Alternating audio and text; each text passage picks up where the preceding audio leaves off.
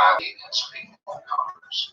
There's a whole bunch to talk about from that very short conversation. I was actually in the middle of filming the video explaining the context of that line, "You and I are both great berets," and what that really meant. And something else popped into my head, and that seemed way more important than explaining a really good insult. I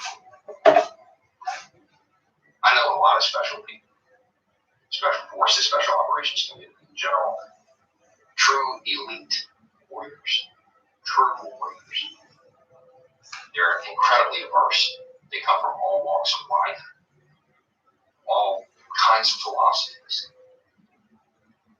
There's really only one thing that I can assure you none of them have ever said. Don't learn that. That's never been said by any of them. Guaranteed. You know, I know some SF guys that they went to what amounts to finishing school as a group. They decided to go and do this. Learn which form to use. Learn how to pair wine. One of them went on and went to culinary school. And it's part of that idea of being well-rounded and understanding different things makes you a better warrior. There's that aspect to it. It also made it to where they could function at one of those embassy dinners. They could play there. But it's not just about that. It's not just about the stuff that is immediately applied to the job. No education is ever wasted. The idea that learning about anything is bad, that's the sign of an uneducated mind. That's the sign of somebody who is closed off. The true sign of intelligence is being able to entertain an idea without accepting it as fact. The idea that a bunch of politicians want to tell the military what they should and shouldn't learn is ridiculous. The idea is to create people who know a whole lot. That's what it takes, especially when it comes to great berets, because they do have to be able to ingratiate themselves into other cultures. A critical part of which is understanding different systems of oppression. Critical race theory, probably something that would be useful for any, because it could be applied to other situations in other countries. Now, the big argument here is that no, this is indoctrination. That's suggesting that the person that is being taught can't entertain an idea without accepting it as fact. I would also point out that no, it's not. Being educated about something is not indoctrination. That's not how that works. Indoctrination is when you have a bunch of politicians telling you what you can and cannot learn. That's indoctrination. The United States as a whole has demonized education, demonized intellectualism. And we're seeing the fruits of that effort. We're seeing people get energized over things that are pretty easy to otherwise. We're seeing people be manipulated by Dr. Seuss and Mr. Potato Head. We're seeing people be tricked to sacrificing themselves on the altar of the stock market. Don't wear a mask. It's not good for the economy. Well, studies say otherwise. This idea that politicians should determine what you can and cannot learn, what can and cannot be taught. That's a pretty dangerous concept. That is the basis of indoctrination. That is how you end up with a populace that is unable to tell fact from fiction because they're not used to entertaining an idea without accepting the fact.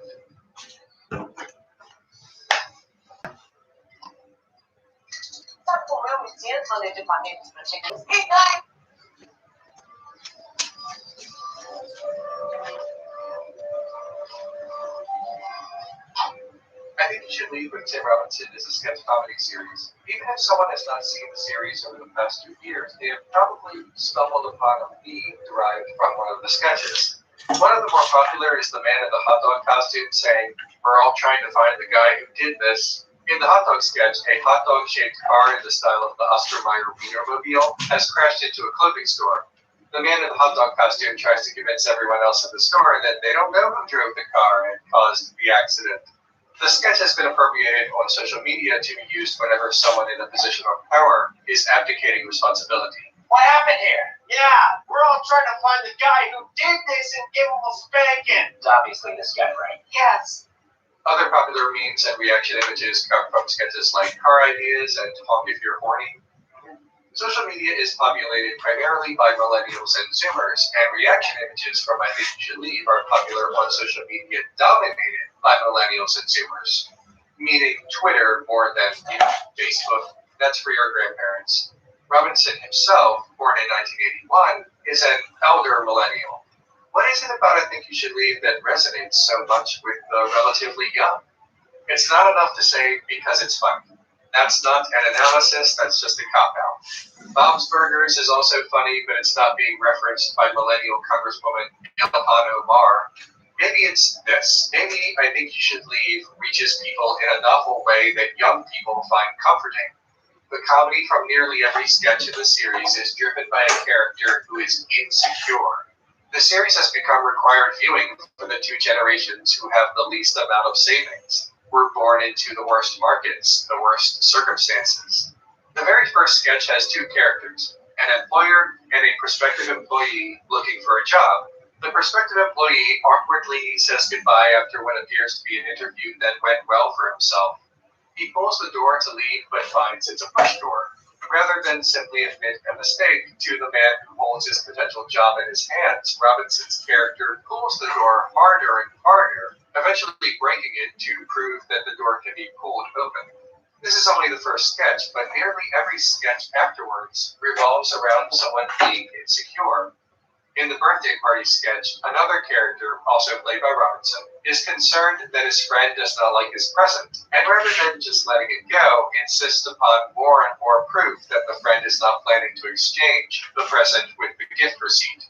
At first, this insecurity appears relegated only to Robinson's character, but soon it affects everyone else at the party. They're all insecure about their gifts and their friendship with the young man celebrating his birthday.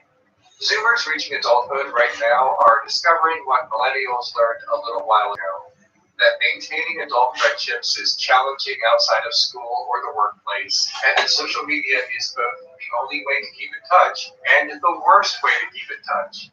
The friend celebrating his birthday loses all his friends on his birthday over something trivial.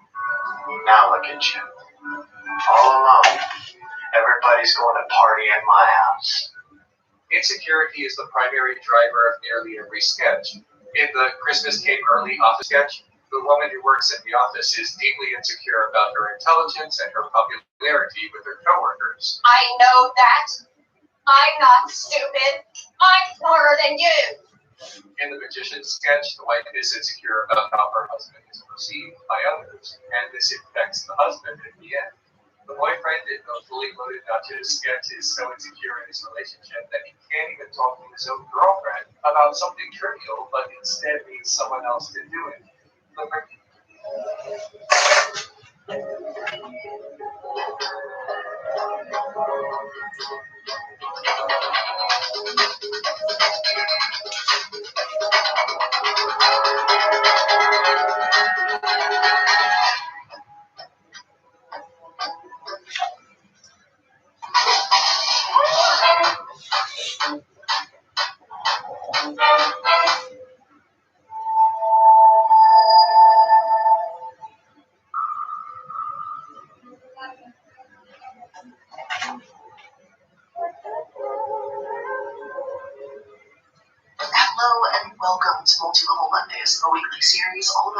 schemes, Ponzi schemes, multi-level marketing, and other forms of business fraud. I'm the Illuminati, and today we're going to talk about BitConnect, the cryptocurrency Ponzi scheme. I've had this one requested for a little bit now, and it seems that even though this Ponzi scheme was incredibly short-lived, it had a massive impact. So let's talk about it. What happened? We'll start, as always, with the company history and its business model. So let's get into it.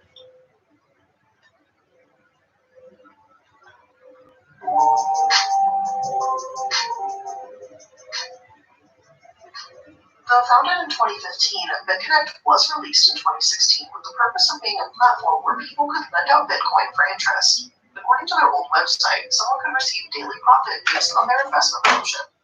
The steps on their website read that step 1 was to deposit Bitcoins, step 2 was to buy BitConnect coin from the BCC, BitConnect Coin Exchange. Then you could lend out or invest BitConnect coin from your BitConnect wallet. Easy enough, right?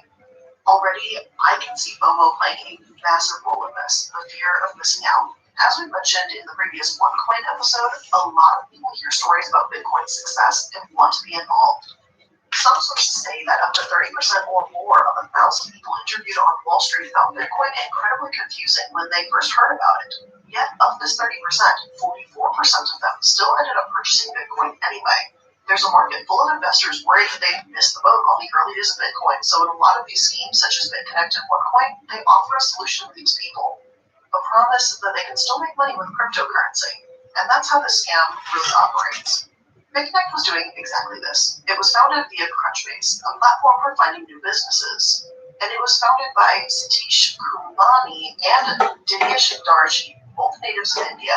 Their business model is a little tricky to explain because not only was BitConnect a Ponzi scheme, but other sources call them a pyramid scheme as well. Here's a brief explanation of the difference between the two. Both pyramid schemes and Ponzi schemes involve unscrupulous investors taking advantage of unsuspecting individuals by promising them extraordinary returns in exchange for their money. With Ponzi schemes, investors give money to a portfolio manager. Then, when they want their money back, they are paid out with the incoming fund contributed by later investors. With a pyramid scheme, the initial schemer recruits other investors who in turn recruit other investors and so on. Late joining investors pay the person who recruited them for the right to participate or perhaps sell a certain product. BitConnect is a bit complicated, but it sort of melded these two together. For starters, they offered returns that were far too good to be true. If you invested $10,000 or more, they claimed that you would get a daily interest rate of 0.25%, which is a net 1.25% guaranteed return per year. They even claimed you could get an extra payment up to 480% per year. If you then followed their referral system, the pyramid scheme part of things, if you pay your referral 7% of every investment up to more than 12% total. All of this added up to 127.25% guaranteed risk-free interest. As one source puts it, there is no legitimate business on earth that will be able to pay this interest rate to its customers risk-free, plus up to another 480%. There is also no trading bot that can guarantee profits. It's also worth noting here that in late 2016, not long after they were released, some of the early information put them as the official timeline with a brief outline of 4 different phases for the company. Phase 1 was that ICO marketing efforts, initial coin offering, were already underway and would run until the end of 2016. This marketing campaign was accompanied by a giveaway of 4.8 million BCC coins to both the community and cryptocurrency investors. Phase 2 was scheduled for Q1 of 2017. It involved the launch of the BCC wallet and desktop client to allow for the staking and mining of BCC coins. Phase 3 in Q2 2017, Bitcoin planned to push mining live and launch the staking pool. BitConnect claimed that staking was an incredible opportunity for investors and holders that would get a 120% return per year. Furthermore, the project also intended to push additional exchange listings during this Q2. Phase 4, Q3 of 2017, would see the introduction of the smart card and drive towards merchant adaptation of the BCC coin. Essentially, the promise was that BCC coins would be spendable with many different retailers. This timeline and shady business model in place, BitConnect unfortunately began to flourish from this. In 2017, they were in the 20 largest cryptocurrencies. They weren't nearly as massive as Bitcoin, their market value at $1.43 billion compared to Bitcoin's $304.5 billion. But $1.5 billion is still nothing to scoff at. BitConnect was growing. People who were able to cash out their profits daily chose to compound it instead because why wouldn't you? Some claimed they were making anywhere between $1,500 to $3,000 a day, and of course they just keep funneling that money right back into BitConnect because it was serving them so well. YouTubers came out with videos insisting that it was just like Bitcoin, insisting that BitConnect was the real deal. BitConnect did have a few important differences from Bitcoin, though, such as their proof of stake alongside proof of work. Mining, also known as proof of work, has been a staple of the Bitcoin platform. Proof of stake, however, is a system where cryptocurrency platforms reward you with more coins for owning coins over a specific period of time. If you hold on to your coins, you get more. It's as simple as that. When investors see people purchasing a cryptocurrency, then holding and using the coins they purchased, they'll gain a confidence in a platform, thereby increasing the coin's value further. And boy, was this value increasing. One article states, I tried with just about $500 Australian to see how it worked, and to see if I could withdraw it instantly, said Robert, a former BitConnect enthusiast over the phone from Australia. Everything worked, and then I watched YouTube videos, and there were these guys, young guys, making a lot of money from just BitConnect. That got me more motivated. He adds, I was thinking, oh my god, I can make 1%, 2%, 3% a day from whatever I put in. For people like Robert, the initial profits made from BitConnect interest were addictive and accelerating, quickly prompting an investment of even higher sums of cash. As someone who previously invested in Bitcoin and saw its value skyrocket, Robert has a glimpse of a one-of-a-kind opportunity in BitConnect. I started paying my pay to everything I had ever been, he emphasizes. It was paying me daily and I was just saving. I mean, surviving from the daily payouts that I would get from the interest. That would be more every single day. I would be paying my mortgage, I would be paying my groceries, I would be paying everything through BitConnect. No one believed or wanted to believe that BitConnect could possibly end. Even though there was relatively little to no information about BitConnect itself or the company and founders behind it, sources of the time said that it didn't mean it wasn't a legitimate investment opportunity. It only meant that you should be careful. Despite this lack of information, people didn't care when BitConnect was earning people thousands of dollars a day. In May 2017, articles said that BCC recently recorded a market capitalization of just under $90 million at a unit value of $15.01, signifying a 900% growth in market capitalization and a 700% increase in value over a period of just 3 months.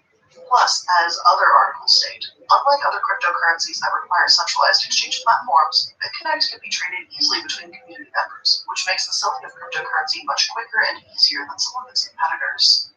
BitConnect was growing even faster than Bitcoin did at its inception.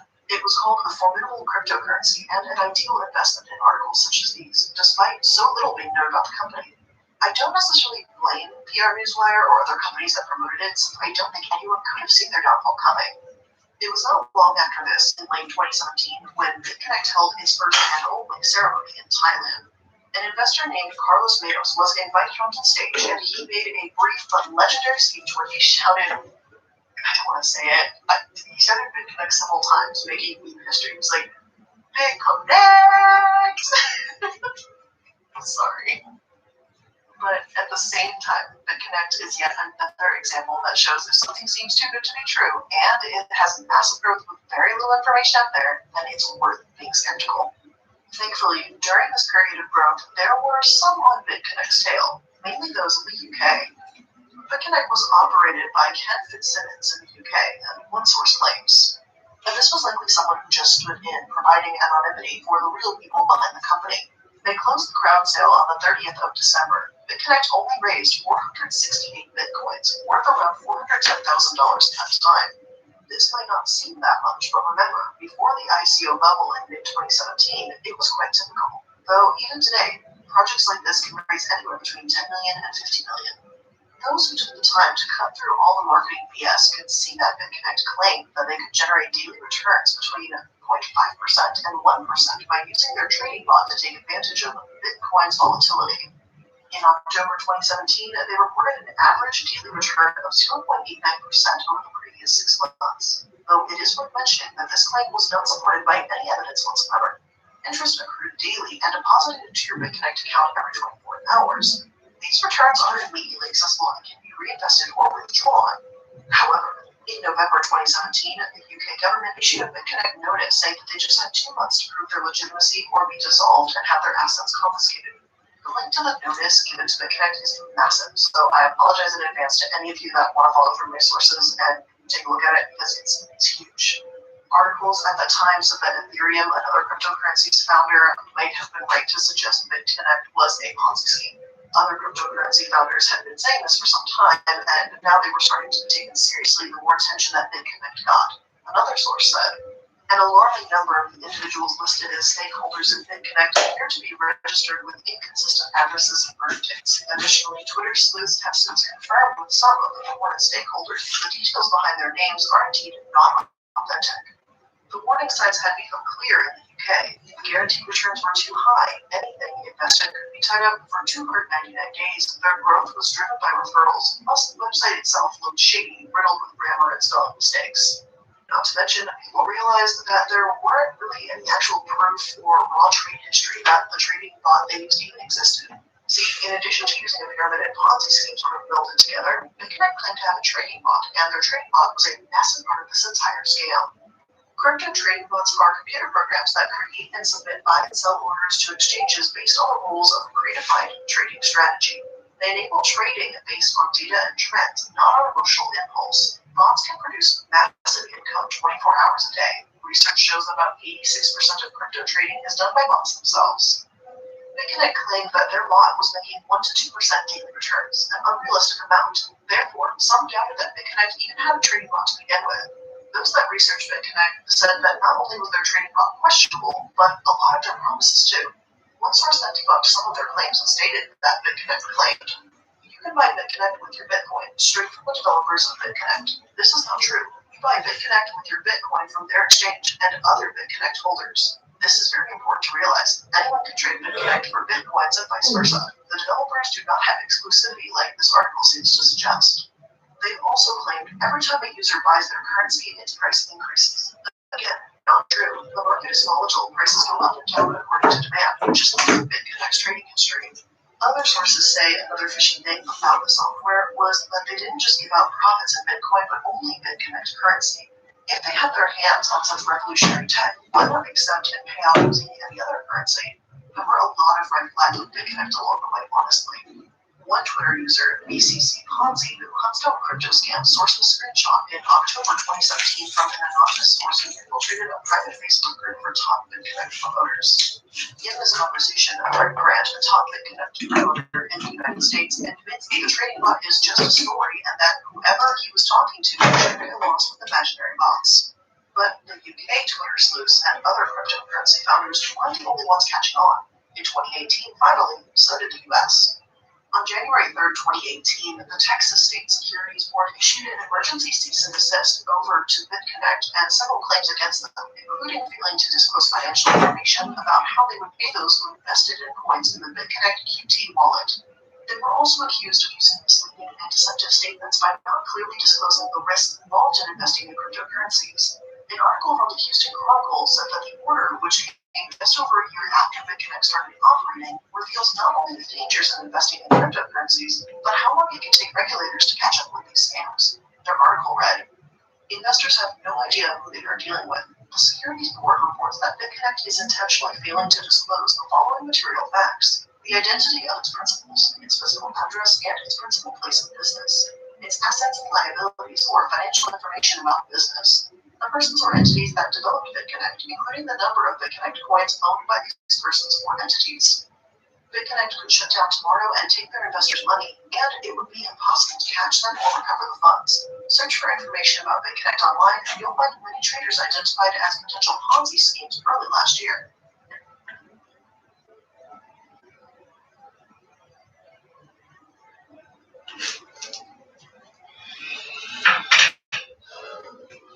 Oi, pronto, né? Diz.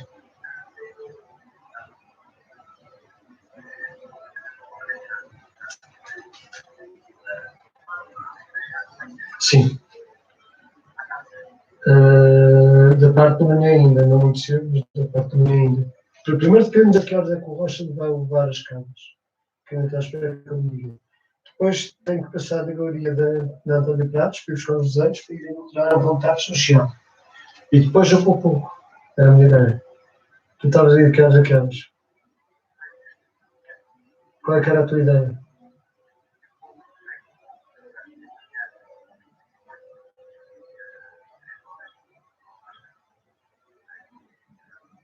É? Pois, mas amanhã. Certo.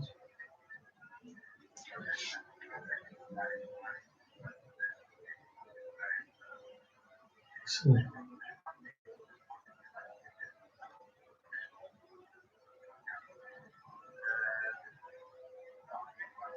Amanhã é quarta, sim. Eu vou quarta, e se eu tiver aqui quinta, vou quinta, mas se for quinta, vou não é de manhã.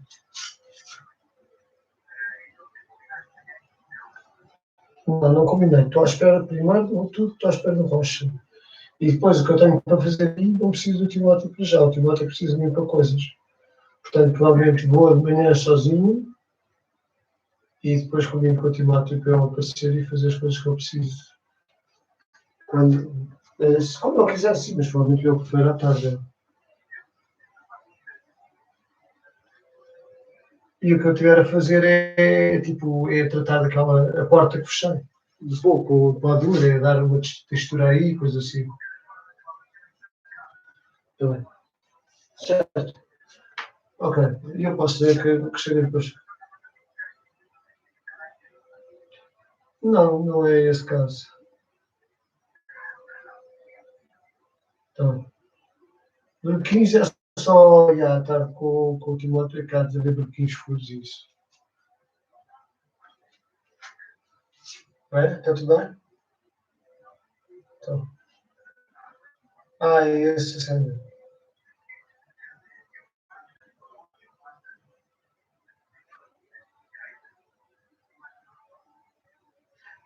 Era bom saberes o que era, em vez de estar só por o sítio, era bom perceberes.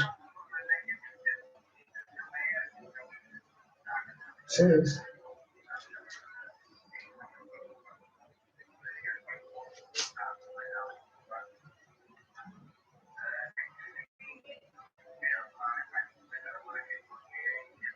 Certo. Já com a informação. Claro que sim, acho muito bem.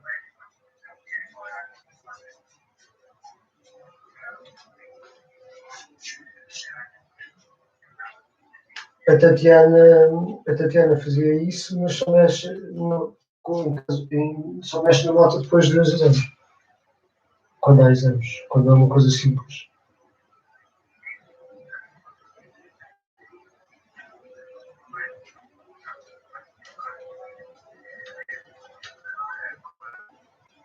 A informação não ocupa lugar, a informação não quer mais.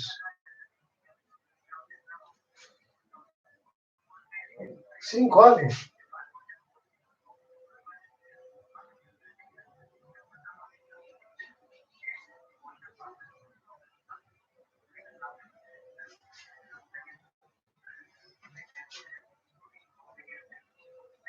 Sim. Sim, a volta assim em todo lado. Está fim. Não só dia 9. Já. Pronto, sim, mas nós quando pudermos, é o com 42 ou com 41, quando nós podemos marcar, para aqui ao pé só viajar para essas datas. Sim. Não, nós queríamos marcar e fomos os primeiros a marcar, mas mesmo assim aqui para o pé de nós só essas datas aqui. Aí estão aí todos. Mas que é professores isso ou aldrabices?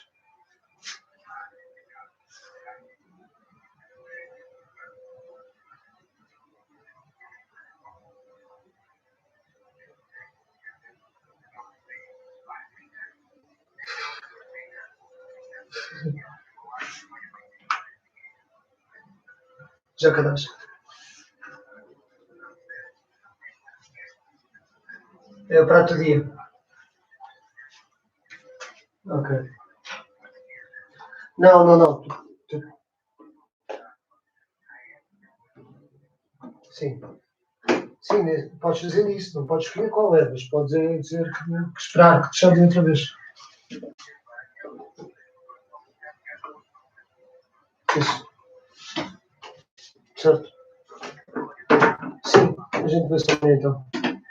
Tá, um abraço.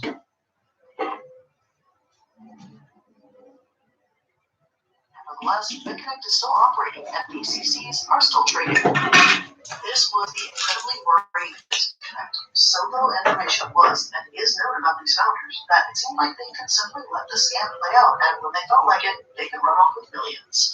The emergency cease and desist order summarized a lot of concerns we've already heard, such as the unrealistic interest rates as well as the use of sales agents. The order explained that these affiliates had unique hyperlinks or referral links to offer investments in the BitConnect lending program. Affiliates would solicit people online, and their commission was based on their placement in a multi-level matrix of other affiliates, as the order put it.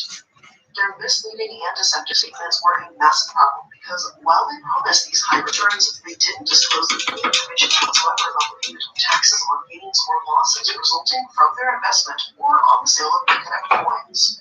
Also, as a side note, I don't know if it was an error in my source when they said January 3rd because the order itself is dated January 4th, but either way, it was very early January 2018. But rather than prove they were legitimate since they couldn't, BitConnect took the only option available to them, really. They shut down. They simply stopped on January 17th, 2018. It's like one moment they were there and the next, not. The price of Bitcoin fell massively when this happened, as hacks, scam warnings, and fear that regulators would crack down came pouring in. One source wrote, in a release on its website, the platform said the shutdown is attributed to continuous bad press surrounding the platform, to cease and desist letters from both Texas and North Carolina's security boards, and continuous DDoS attacks on the platform. While the platform says they're refunding all outstanding loans at a rate of $363.62 USD, an average of the token's price over the last 15 days, the BitConnect token is currently trading down 80% and worth less than $40. So while users may have been made whole on a BCC equivalent, many are certainly suffering severe financial losses in terms of USD or Bitcoin, which is how they made their original investment. DDoS attacks, if you aren't aware, are distributed denial of service attacks. In incredibly simplified terms, it's when a network effect this wasn't happening, but I wouldn't call any of these issues bad press. It's more of a we were revealed to be a Ponzi scheme and we're going to get out now sort of reason. It all ended so quickly. BitConnect and its website disappeared. An investor named Nas says he deposited his entire savings and then 4 days away from receiving his initial payment of $50,000 out of the $350,000, and the website closed down.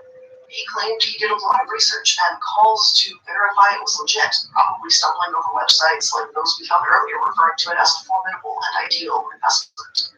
Robert, the investor we mentioned earlier, stated, it just stopped. One day we got the news that there were no withdrawals, that we couldn't access BitConnect and we couldn't sell. And I remember that day I was really worried, continues Robert. Robert's investment was effectively wiped out in a matter of days. From there, we were just like, what do we do? I lost my whole life savings. My wife did too. I was very depressed. After reaching the value of over $470 for a single coin in December 2017, the cryptocurrency plummeted below $1. The value had crashed, taking Robert and his wife's savings with it. And unfortunately, there's many other people who lost tens of thousands of dollars, and it's unlikely that any of those who put their savings into the scheme will ever be made whole again. Before we continue this Ponzi scheme, let's just take a quick moment to thank today's sponsors. I got away with not shaving as frequently when I was.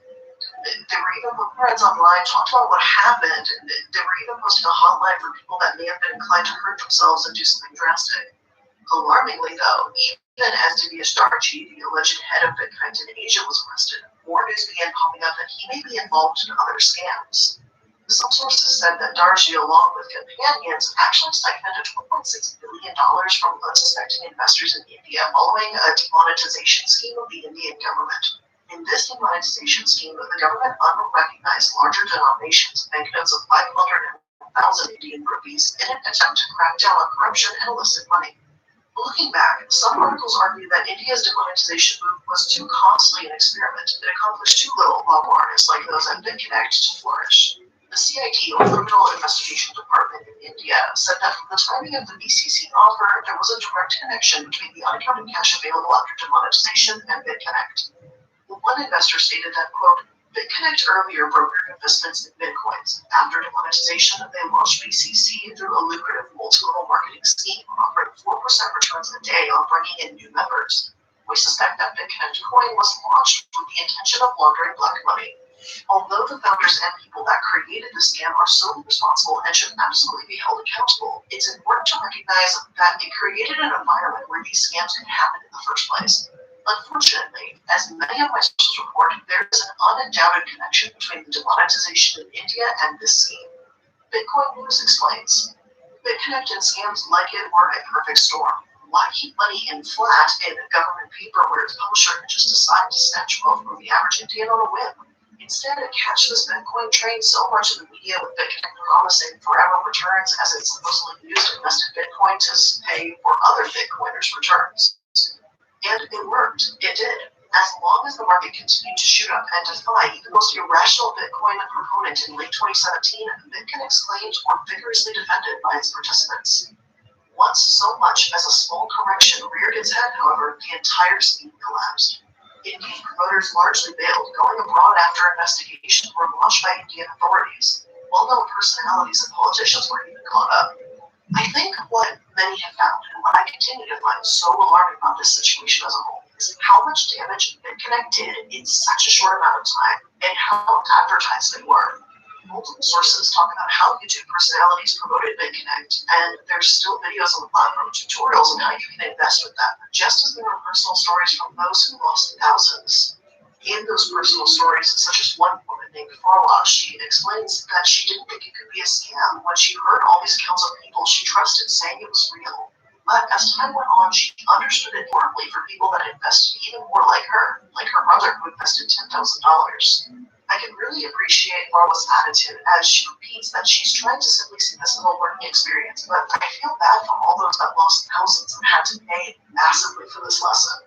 Now, aside from the founders, many have also wondered what happened to those that pushed BitConnect on their followers, such as Crypto Nick, Ryan Hildreth, Craig Grant, and Tremont James. One YouTuber by the name of Crypto Jedi had talked about in a video called BitConnect Boys 2019, Where Are They Now? These influencers, especially the latter three, grew their platforms in part due to BitConnect. Crypto Nick seems to have vanished and no longer makes videos. Ryan Hildreth continues to make videos that are entrepreneurial in nature with titles like Make $500 every day, but by the sounds of it, he hasn't acknowledged promoting BitConnect nor apologized. Craig Grant doesn't really seem to talk about cryptocurrency much at all anymore, but continues to post about anything from cooking to exercise to bounce castles. Strangely, Tremont James, at least according to Crypto Jedi, continues to talk about cryptocurrency and seems to have been forgiven for promoting BitConnect, even when he is apparently a known scammer who hasn't really apologized either. For some, this is all incredibly frustrating, and they wonder how these people aren't in jail for promoting such scams. After all, even if these influencers didn't create BitConnect, they're the reason so many people invested in the first place.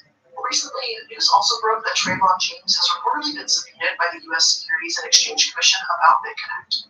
An article from Coin Insider says that Tremont is supposedly testifying this September 14th, and it reads, following on from the news that YouTube itself had been named as a respondent, reportedly been subpoenaed to testify to the U.S. Securities and Exchange Commission as proceedings against the Ponzi scheme continue.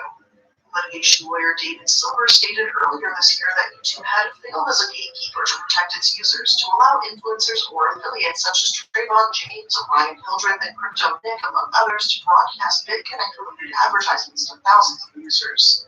James's apparent testimony might as well determine the suit's course of action. Silver's claim has brought forward violations of sections 12 and 15 of the Securities Act in the midst of other charges levied on behalf of co-led plaintiffs.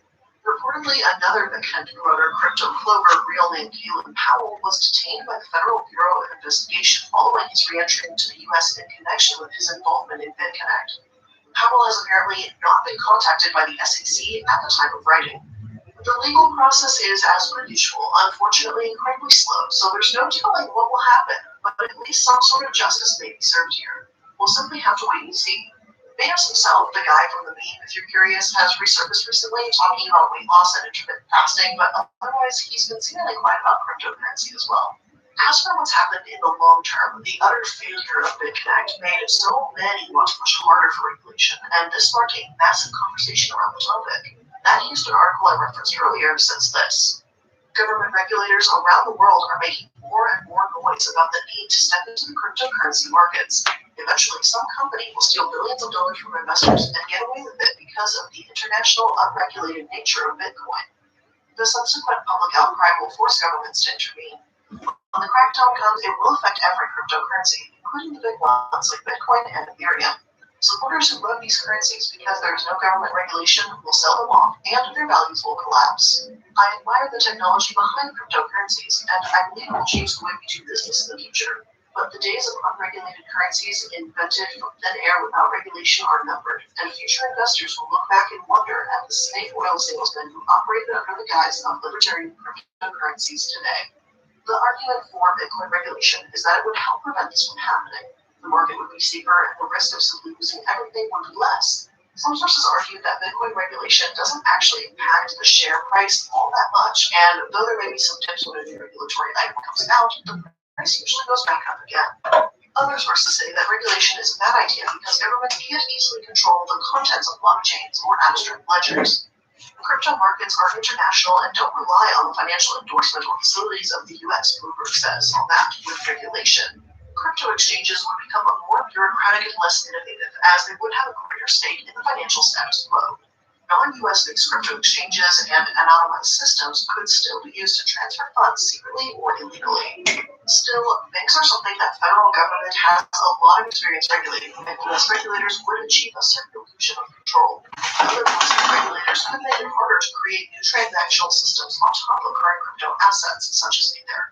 For instance, the Ethereum platform underpins a growing series of prediction markets, such as Augur. These systems represent works in progress, but the ultimate goal is to have rapid, low transaction cost trades executed through blockchains. Imagine, for instance, a system for consummating micropayments for products in virtual reality. Look, just speaking as a pyramid head here for a second, I'll be completely honest and say I'm not that familiar with cryptocurrency. I do understand it primarily from research that I've done, but I wouldn't say I'm well versed in it and definitely don't have experience with it really. Personally, I feel that if you're going to invest in cryptocurrency, just don't invest in anything that you aren't willing to lose. It's volatile, we know that much. So is the stock market. I can't say for certain whether any market should be regulated or not, and I've certainly seen plenty of arguments from both sides. Other sources claim that because so many people don't understand Bitcoin in the first place, the government could easily end up making decisions that would ultimately harm its economic impact while impacting criminal activity very little, if at all. And that reads, Bitcoin and all other cryptocurrencies are completely decentralized peer-to-peer systems. There is no central server to shut down, no one to catch, and crucially, no one to prosecute. No one that will cause the currencies to crumble at least. Put simply, no government on the planet can stop me from downloading a wallet or mining client and connecting to the Bitcoin network. Again, sources continue to disagree with this, and NBC reports shows that records from the U.S. Marshal Service show that over $150 million in crypto assets were seized last year, and a contract was signed with BitGo, a California-based exchange meant to hold and sell forfeited cryptocurrency. Other sources say that the effect of government regulation on Bitcoin and other cryptocurrencies might be limited. In an essay on Project Syndicate, noted economist Kenneth Rogoff writes that Bitcoin will never supplant government-issued money because that would make it extremely difficult to collect taxes or counter criminal activity. Would the price of Bitcoin drop to zero if governments would perfectly observe transactions? Perhaps not. Even though Bitcoin transactions require an exorbitant amount of electricity with some improvements, Bitcoin might still meet the 2% fees that big banks charge on credit and debit cards he writes. So, would regulation help or hurt? Honestly, I'm not sure, but I'd be curious to find out what those of you who may have invested in cryptocurrency have to say about it. I do feel terribly for anyone that's been scammed out of thousands, and I agree that they should be protected. But for now, when it comes to a currency that's new and unpredictable, the best thing you can do is just be cautious. If someone calls it a scam, no matter how many influencers or investors seem to promote it, look into why they might be calling it that. After all, there were a lot of people calling Bitcoin out only after a few months, and look what happened. So many people still got scammed. But with all of that being said, that's where I'm going to end today's Multi-Level Mondays about BitConnect. I hope you enjoyed today's episode. And if you want to hear more from me or connect with me outside of these episodes, make sure you go to my Linktree link where you're going to find links for all of my social media and other projects that I'm involved in. So thank you all so much for making it to another. And never like the right being openly authoritarian, It seems like since the election, he's dialed it back a little bit, and he's doing slightly more cultural commentary. But that's the feeling that I get from him. There are a ton of people in this audience who I don't think are super far right. I think that he just comes off like this disaffected liberal who will try to move people to conservative positions by appealing to some kind of contrarianism, like this innate desire to reject what's considered to be like status quo argument.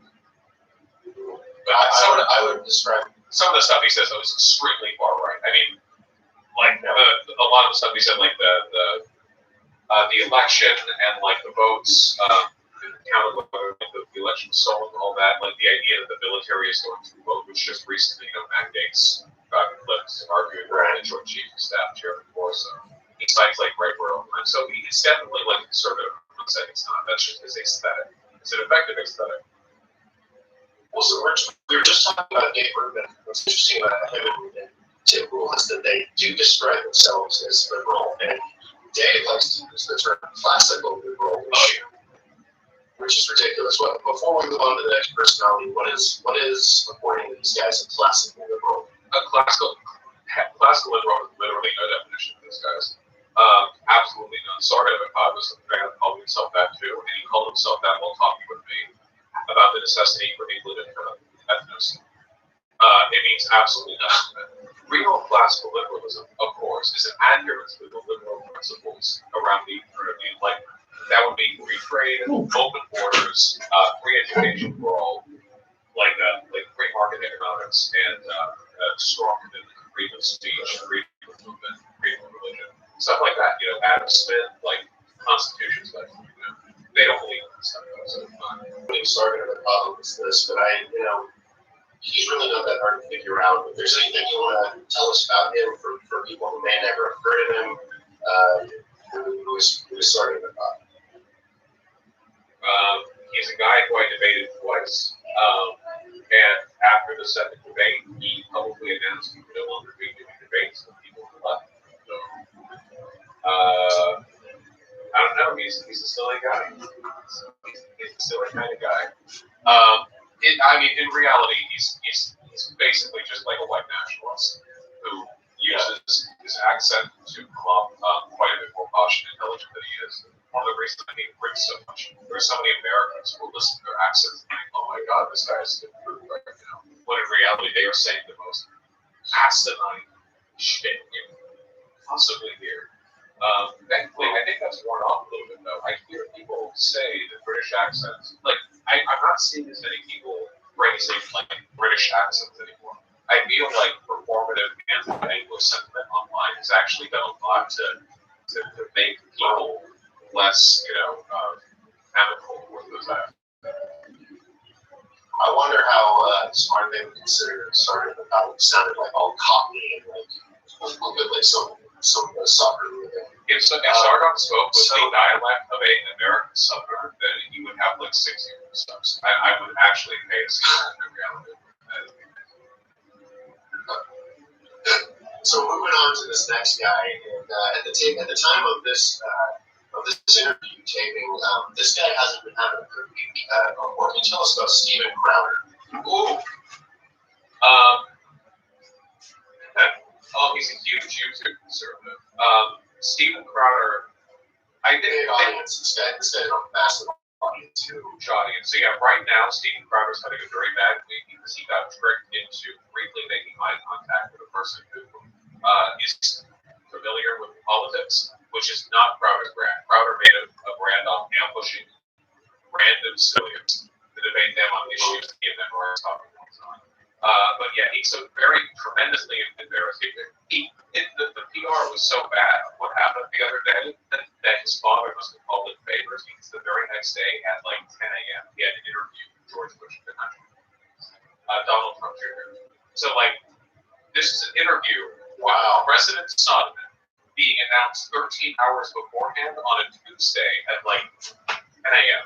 This was not something that was planned beforehand. They had to quickly wipe away the PR with the interview, which is really, really funny. I think the thing that makes Crowder most impressive is that of all the conservative commentators, he's the one who will do the least to mask outright bigotry with his intellectualism. If you watch the rest of them, they'll say heinous right-wing shit. But then they'll be like, oh, well, actually, this is an adherence to this principle. Ben Shapiro will be like, and this is why scientifically it's irrational to do this or that. But Steven Crowder will just call trans women brutish enough. just make jokes about black people being stupid. I was gonna say, I recently saw a video. I saw the video. He did the one where he wore the Spartan cloak and talked about how gay people are basically pedophiles. And there's the one where he talks about the subsidies that are going to black farmers, and rather than talk about the history of it or the issue itself, he just basically does this like black Martian. Right. He did a pencil show. The sheer shine on his face. Yeah. He did I'm not going to do the voice because I don't want to. The whole thing, there was no joke apart from black people are stupid drug addicts. That's it. That was the only. There was no other. There wasn't even a context to the policy or the article that he was reading that would have justified it. It was just he saw black people being mentioned, so he had to make it clear he thinks they're dumb. It's not just that. I can't find this clip on the internet anymore. I feel like it got buried or something, but. Back when people were talking about Trump's concentration camps at the border, he had one of his more brown co-hosts in a little cage, with a little lollipop and a little beanie hat, this kid. He's like, I am cold. I want my burrito or something. Literal kids in cages, but so the thing that I admire about Crowder is that right. It's very pure in his bigotry. He doesn't try to obfuscate it. When you watch Crowder, the punchline of the joke is that if you're not a white straight cishet guy, you're subhuman, and that's the whole thing. And if you just keep that line, that explains everything that he does.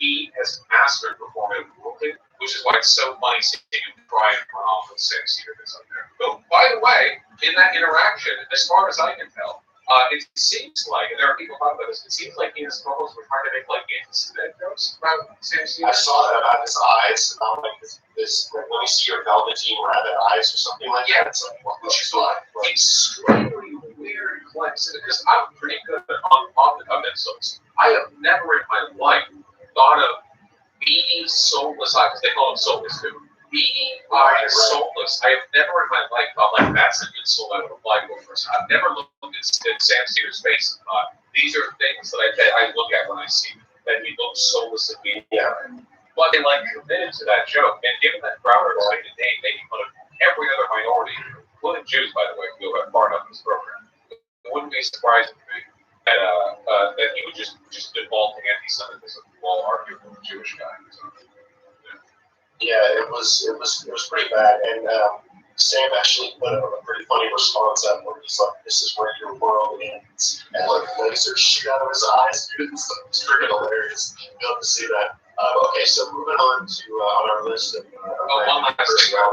Oh, sorry, go ahead. Oh, I totally forgot to say. Also, Owen Benjamin used to guest host the show, and Owen Benjamin is a literal Nazi who praised Hitler and Mein Kampf. And he's also had positive interaction with Stefan Molyneux, also a Nazi. Gavin McGinnis, at the very least, in the ballpark with Gregory. So it's not just him; it's that he's in this broader circle of people who, who are at the very least suspect in their opinions on minority groups. So.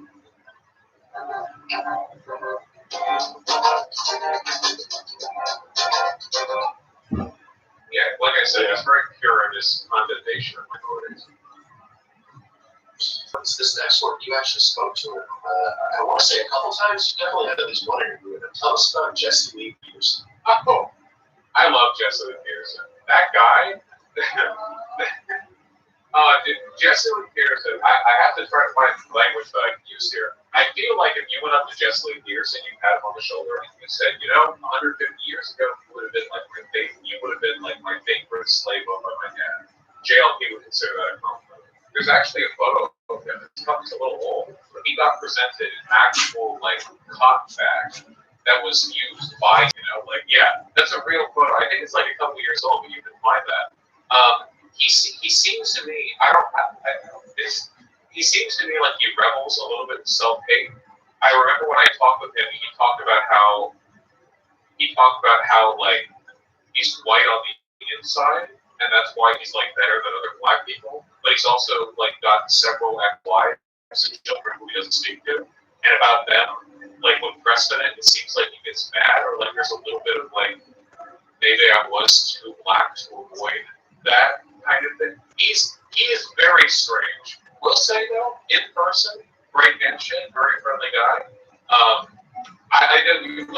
like very confused. And I promise you that the experience was shared by people I met in real life.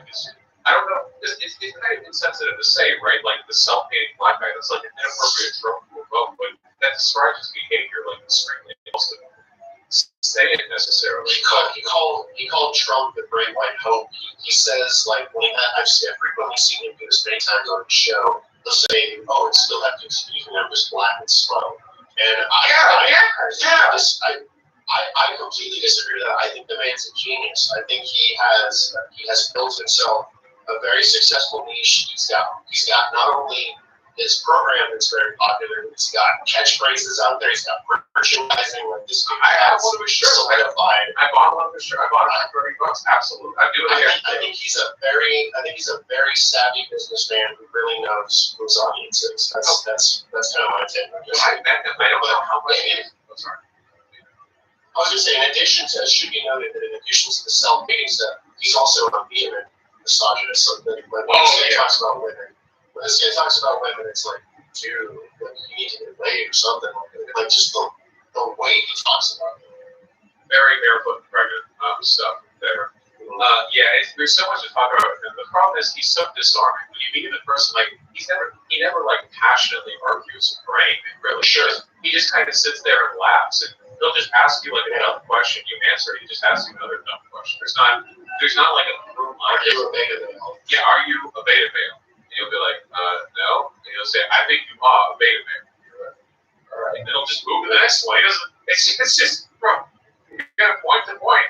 He's great. I do think though. I wonder how much he's being like groomed by his managers, because when I talked to him, he did not seem like he was all there. Like really, really cute, like funny old guy. There are people who are using him for that. You know what I mean? Like he's just a radio show guy, but there are other people that are like puppeteering the business end of things.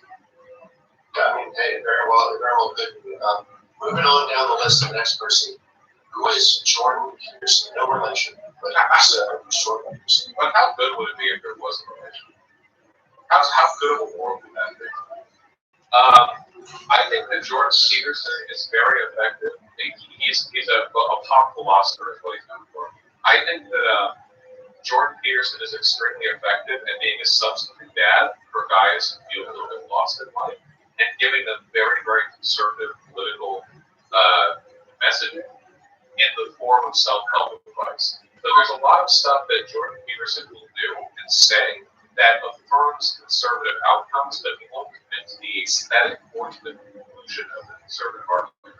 So rather than saying, for example, that women shouldn't work in the workplace, he'll instead say that through his evo-psych knowledge, there's a lot of like really weird historical lack of precedent when we're working together, and we don't know the rules just yet. And if you ask him what he means by all that, he'll avoid answering. But the only conclusion that all the stuff that he said leads up to like, well, maybe women don't belong in the workplace, maybe women belong to work at home, you know. Men are order, women are chaotic, you know. All of these new social rules, the maps of being, they haven't laid out yet. But he brings it and obfuscates all of it through this philosophical jargon that is completely incomprehensible. He is not a philosophy professor. He's a psychology professor. When he's talking about psychology, he's pretty well-reasoned, educated. I mean, that's his job. When he's talking about philosophy, he's as educated as I am, or I assume as you are. But he dresses it up in these exceptionally flowery sentences that if you actually pull them apart, mean very little. I recently went over a video of his where he talked with Ben Shapiro, you know, again, conservative outcomes here.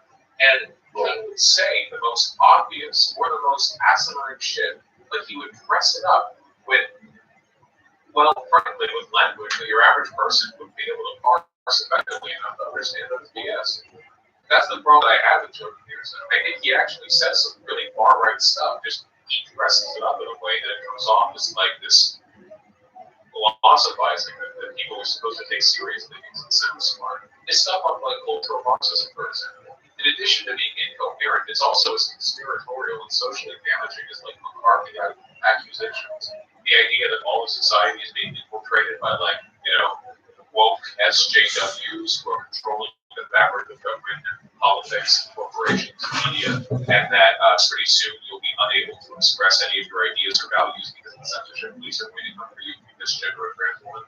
All of this ended up being complete BS, mind you. But he got millions of followers by essentially we say this guy's an intellectual, but like, remember, his following did not come from 12 Rules of Life. It came from the C16 Canada. And by the way, still nobody has been arrested for misgendering a trans woman. It still hasn't happened years later. So It's what you call a politics of hypotheticals. It's what guys like Peterson and Shapiro especially thrive on. It's like a lot of these like BS slippers still on this. I think he's a snake, I really do. I know he's intelligent, and I think that he's aware enough of the outcomes of his decisions. It's not like he's not a Christian conservative, like he is, we know that. He'll just dress up these arguments in a way that are designed to exploit the weaknesses and insecurity of Me and archetypes. Yeah, to the extent that he's all the different. There's a funny meme out there where it's like a question answer with Jordan Peterson. I don't think I can show Jordan Peterson. It's like, Dr. Peterson, what's your favorite color? The answer is just this long, like you said, flowery sentence. Well, we must examine the axiomatic Jungian archetypes of the juxtaposition of Marxist feminists. It's absolutely hilarious. I cannot do that. Gives his words. I'm sorry. Oh, sorry. I couldn't do that right now. In 50 years, I'll be able to do that. I'm waiting to be old enough that when I just vomit bullshit, people will take me seriously. Right now, people will say, when I look like an old man beard, when I look like Chomsky, like on the brink of death, I'll be able to say literally anything. Yeah, people will just eat it up. Yeah, I mean, we're assuming that we're not all going to be underwater. Yeah. I'll be wise. So moving on. By the way, before we move on, Peterson, what do you think of all the Red Skull stuff that was recently in the news a few weeks ago? I thought it was pretty funny. I think there was a bit of a mismanagement here because while it's true that Jordan Peterson does express like Nazi conspiracy theories, that's true. The cultural Marxism thing is literally just a name swap from cultural Bolshevism or Jewish Bolshevism, which was a Nazi conspiracy theory expressing the exact same thing that Jordan Peterson says, except they specifically said Jewish people. Then, the problem there, though, fundamentally, is that like the Red Skull is an open advocate for Nazism, as opposed to like one of the philosophizers who legitimizes Nazi rule. I think it would have been a little bit better narratively if it hadn't been like Jordan Peterson was the Red Skull, but rather the Red Skull was able to like recruit a bunch of people who had heard about the conspiracy theory, that they got from like some professor who looked and acted like Jordan Peterson. Like essentially the messaging that he was delivering was easy to pull people from it, like Nazi service. I think that would have been a more effective allegory.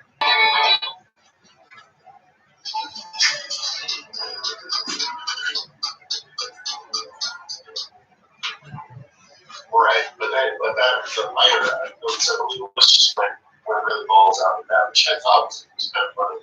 Well, there were a lot of tweets that were like, "Hey, say what you want about Jordan Peterson, but it's about 12 rules of hydra is great. It's great." So that's a lot for the other. That's a lot true.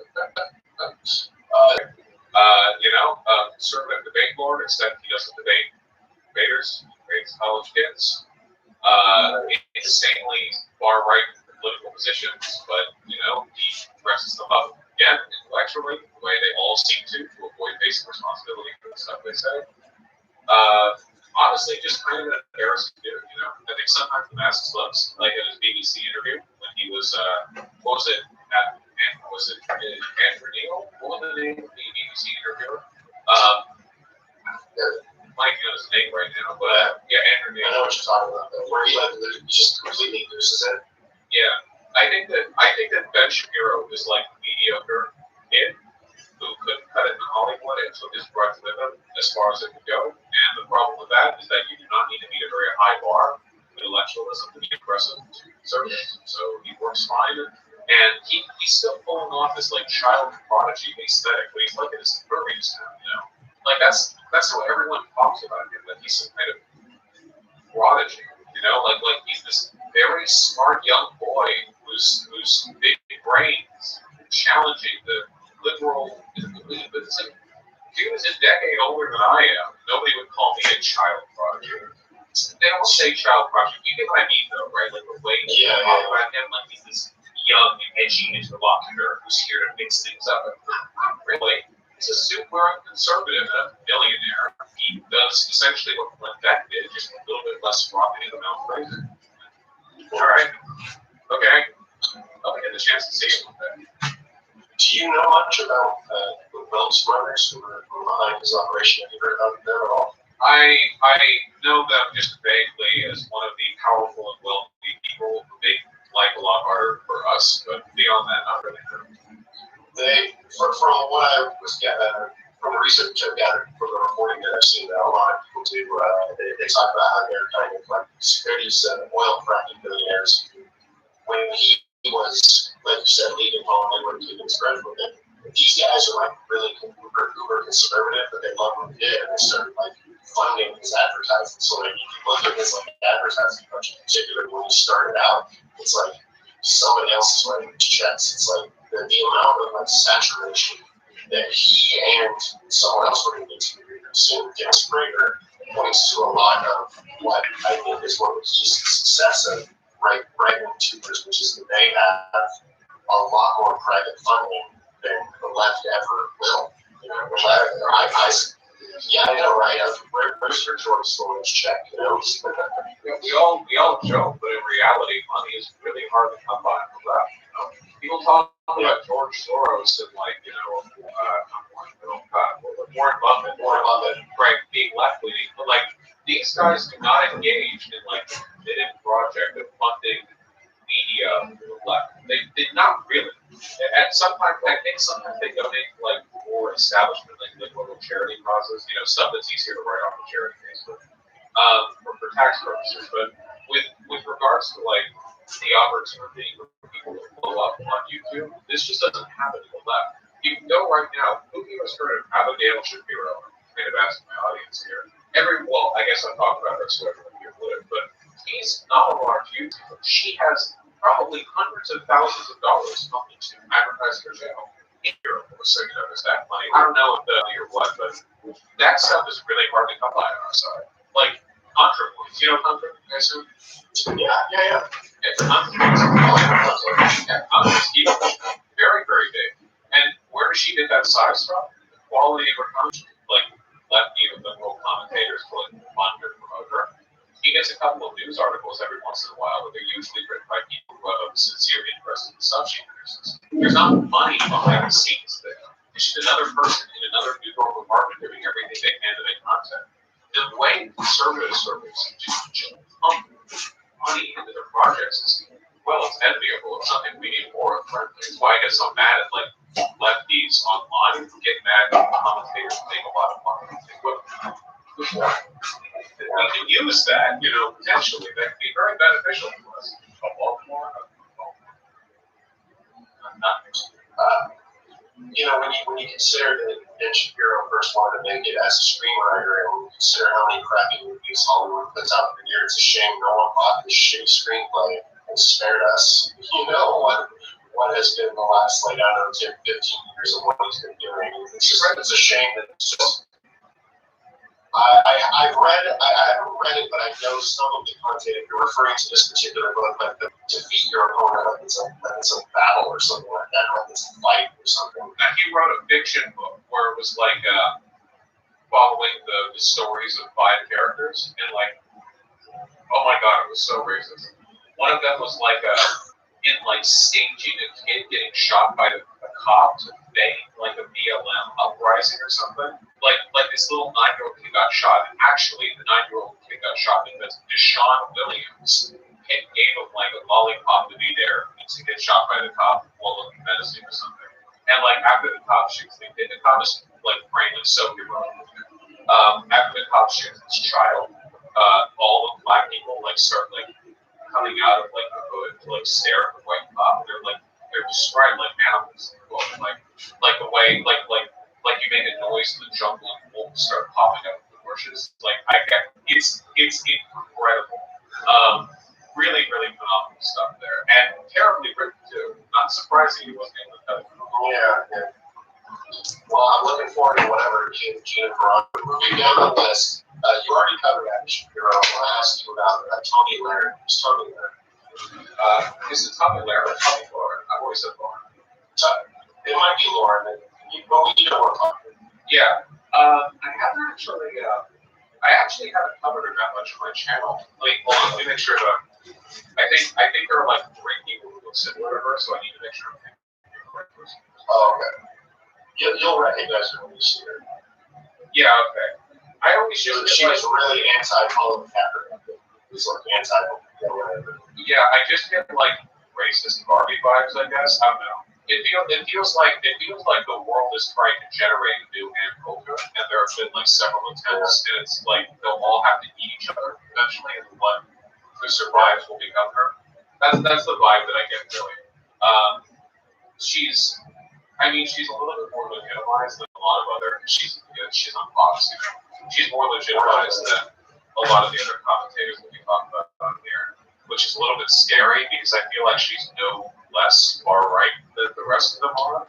She just dolls it up a little bit as like the affable, like no nonsense conservative woman who's here to tell them is. But there aren't that many outspoken conservative women, you know, in their space. So there's probably also a bit of the in conservative circles, like the way they talk about their female content is what they'll do, and like you can see in their names too, like our conservative girls are than your liberal girls. Must be exhausting to be like a prominent conservative woman because I feel like you have to be like a commentator and a model at the same time. If you're not, then they will absolutely trash you. Must be terrible. Yeah, I mean, it's quite sad.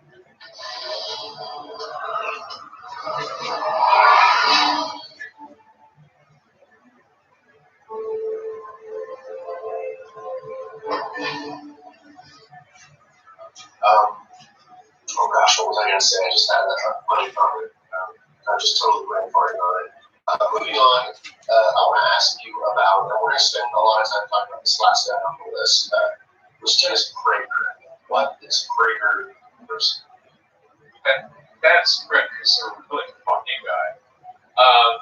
He's like this really old boomer. I feel like he's cut out of time a little bit here, you know. He feels like he would have fit really well as like a host of like a late 90s or early 2000s conservative shock rock radio show. But then one day he heard about like the concept of Roosevelt and fireside chat, and he got really, really conceited over it. You know, he was like, I'm gonna be different. I'm gonna be better. The thing that I always associate with him more than anything else is that I think he's like Rose, right? And he keeps making articles and videos of supporting these written articles on like why wives should put out even if they don't want to for their husbands.